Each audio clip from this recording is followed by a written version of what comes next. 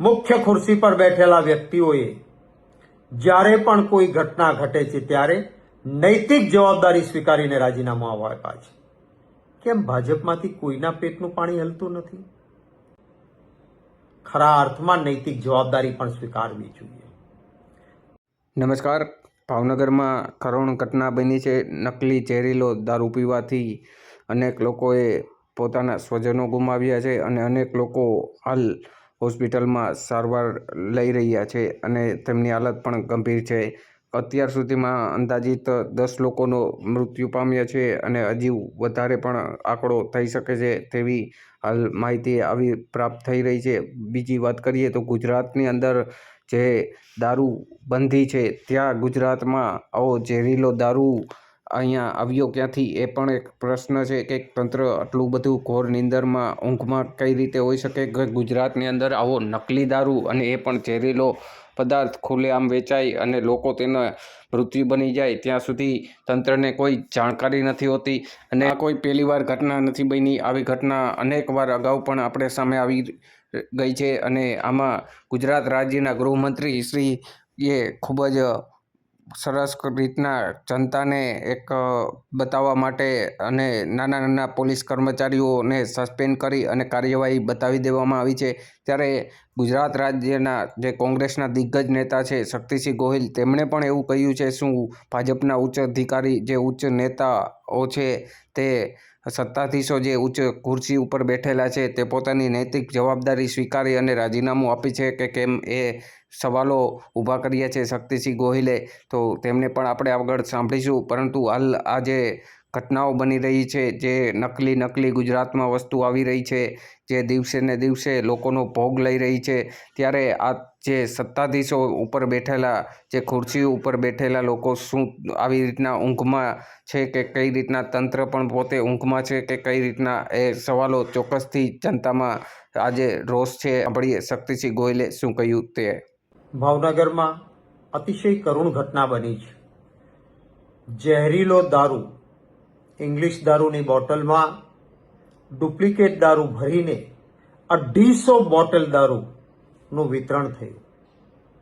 સરકારી આંકડા મુજબ 7 વ્યક્તિના મૃત્યુ થયા, પરંતુ મેં સ્થાનિક લોકો સાથે વાત કરી તો નામજોગ ત્યાંના સ્થાનિક પત્રકારો કહે છે કે 10 વ્યક્તિઓના મૃત્યુ થઈ ચૂક્યા છે. કેટલાક લોકો પ્રાઇવેટ હોસ્પિટલમાં બીજે ત્રીજે આજે પણ મુશ્કેલીનો સામનો કરી રહ્યા છે. કેટલાકનો જીવ બચે પરંતુ આંખ જતી રહે, દ્રષ્ટિ જતી રહે, જોઈ ન શકે, અંધાપો આવે, આ પ્રકારની આ ઝેરી દારૂથી પરિસ્થિતિ પેદા થઈ છે. મહાત્મા ગાંધીજીના ગુજરાતમાં દારૂબંધી છે.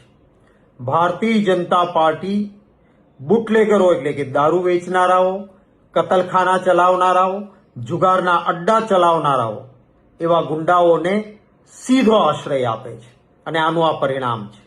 આવા બધા ગુંડા તત્વો છે, એમને ચૂંટણીમાં ભંડોળ આપવાનું, સામે કોઈ ઉમેદવારો હોય તો એને આ ગુંડાઓએ ધાક ધમકીથી ફોર્મ પાછા ખેંચાવવાના, મતદારોને ધમકાવવાના એક કામ કરવાનું અને સામા પક્ષે પોલીસને સીધી સૂચના ઉપરથી આવે કે આવા બધા છે તો અમારા છે, એના ધંધા ચાલવા દો. એના પાપનું આ પરિણામ છે. આપણી પરંપરા રહી છે. મુખ્ય ખુરશી પર બેઠેલા વ્યક્તિઓએ જ્યારે પણ કોઈ ઘટના ઘટે છે ત્યારે નૈતિક જવાબદારી સ્વીકારીને રાજીનામું આપ્યા છે. કેમ ભાજપમાંથી કોઈના પેટનું પાણી હલતું નથી? ખરા અર્થમાં નૈતિક જવાબદારી પણ સ્વીકારવી જોઈએ. પરિવાર જે લોકો ઉપર આગ તૂટી પડ્યું છે, રોકકળ ચાલે છે, કોણ જવાબદાર આના માટે? સૌથી પહેલું મૃત્યુ નરેન્દ્ર યાદવ કરીને ઉજ્જૈનનો માણસ જેનું થયું, ભાવનગરમાં એનું પોસ્ટમોર્ટમ થવું જોઈએ. ભાવનગરમાં પોસ્ટમોર્ટમ કરીને ત્યારે જ વાત પકડાઈ હોત પહેલા મૃત્યુ વખતે, તો વધારે તકેદારી રખાઈ હોત.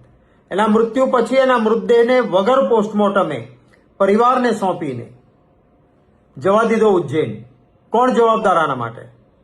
અને પછી એક કોન્સ્ટેબલ કે હેડ કોન્સ્ટેબલને સસ્પેન્ડ કરીને સંતોષ માની શકાય? ખરા અર્થમાં ઉપરથી સૂચના આવીને ડેડ બોડી સોંપાયું હતું, એની તપાસ થવી જોઈએ.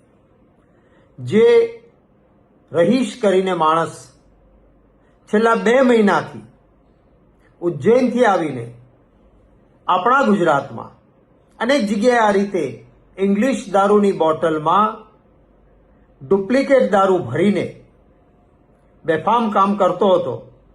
ક્યાંથી ઇન્ટેલિજન્સ બ્રાન્ચ, આપણી આઈબી બ્રાન્ચનું કામ છે આવી બધી બાબતોમાં ધ્યાન રાખવાનું, પરંતુ પોલીસની આઈબી બ્રાન્ચનું તો કામ આ રીતે લોકોની સુરક્ષામાં તો થવા દેતા નથી, પરંતુ ઇન્ટેલિજન્સ બ્રાન્ચને અમારી વિરોધ પક્ષની, પત્રકારોની, ઉદ્યોગપતિઓની એની જાસૂસી કરવા માટે બેફામ ઉપયોગ આઈબીનો થાય છે. પરિણામે ગુજરાતમાં ડ્રગ્સ આવે છે, ગુજરાતમાં દારૂ વેચાય છે, અડ્ડાઓ ચાલે છે, કતલખાનાઓ ખુલ્લેઆમ ચાલે છે, કારણ કે બધા જ ધન ભંડોળ આપે છે. ખૂબ કરુણ ઘટના છે. હું મારી પરિવાર પ્રત્યે સાંત્વના જગાવું છું અને ગુજરાત પ્રદેશ કોંગ્રેસ સમિતિના પ્રમુખ શ્રી અમિતભાઈ ચાવડા સાથે ચર્ચા કરી છે. પ્રદેશ કોંગ્રેસ સમિતિનું 5 વ્યક્તિઓનું બનેલું એક પંચ એ બધા જ ભાવનગરની આ ઘટનામાં તથ્યો શું છે એને જાણવા માટે ભાવનગરની મુલાકાત લેશે. અમારા ધારાસભ્ય જાગૃત સાથી ભાઈ જિગ્નેશભાઈ મેવાણી, ભાઈ વિરેન્દ્રસિંહ વાઘેલા ઉર્ફે અજીતસિંહ, ભાઈ શ્રી હરિભાઈ ભરવાડ, માજી ધારાસભ્ય ભાઈ શ્રી રાજેશભાઈ ગોહિલ અને ડોક્ટર હેમાંગભાઈ વસાવડા, આ 5 વ્યક્તિઓ ભાવનગરની મુલાકાત લેશે અને તથ્યોની રૂબરૂ તપાસ કર્યા બાદ પ્રદેશ કોંગ્રેસ સમિતિને એનો અહેવાલ પણ રજૂ કરશે. હું ફરી વખત સરકારના ઉચ્ચ આસન પર બેઠેલાઓને વિનંતી કરું છું કે માણસના જીવથી વધારે બીજું કંઈ જ કિંમતી ના હોઈ શકે. તાઇફાઓ, દેખાવો આ બધું બંધ કરીને આપણું ગુજરાત એ ગૌરવવંતું ત્યારે જ કહેવાય જ્યારે મહાત્મા ગાંધીજીના ગુજરાતમાં લોકોની સુરક્ષાને સૌથી ઉત્તમ સ્થાન મળે અને આ પ્રકારના ક્યાંય કોઈ ઘટનાઓના કારણે ગુજરાતીને સહન ન કરવું પડે એવી વ્યવસ્થા થાય એવી અપેક્ષા રાખું છું.